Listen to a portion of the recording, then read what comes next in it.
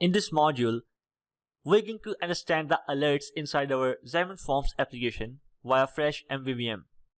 Now the question is, what is alerts? Well, Xamarin Forms provides a pop-up like user interface, and we call it display alert. This display alert is in the form of following shape, and it comes along with the Xamarin Forms.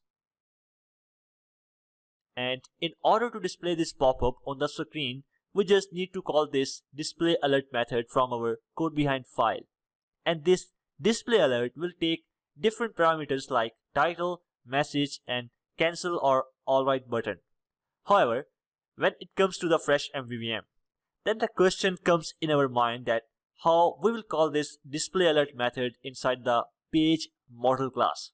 So let's stay with me, because now in the next module, we're going to learn how to call the display alert from our page model or view model.